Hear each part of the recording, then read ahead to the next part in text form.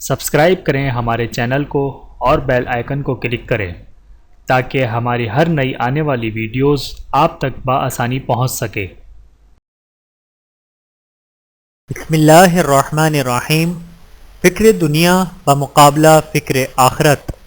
حضرت زید بن ثابت رضی اللہ تعالیٰ عنہ سے روایت ہے کہ رسول اللہ صلی اللہ علیہ وآلہ وسلم نے ارشاد فرمایا، جو شخص دنیا ہی کو اپنا مقصد بنا لے، اللہ سبحانہ و تعالیٰ اس کے کاموں کو بکھیر دیتے ہیں، یعنی ہر کام میں اس کو پریشان کر دیتے ہیں، فکر و فاقے کا خوف اس کی آنکھوں کے سامنے کر دیتے ہیں، اور دنیا اسے اتنی ہی ملتی ہے جتنی اس کے لیے پہلے سے مقدر تھی۔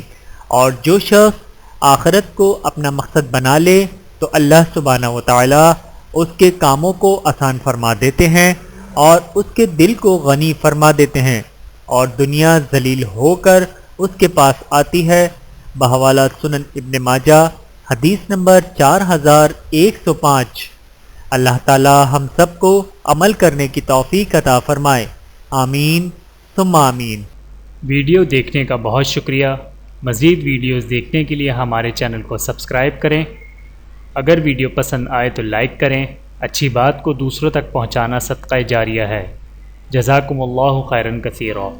اپنا اور اپنے پیاروں کا بہت زیادہ خیال رکھیے گا اور مجھے دعاؤں میں یاد رکھیے گا۔ Take care. اللہ حافظ۔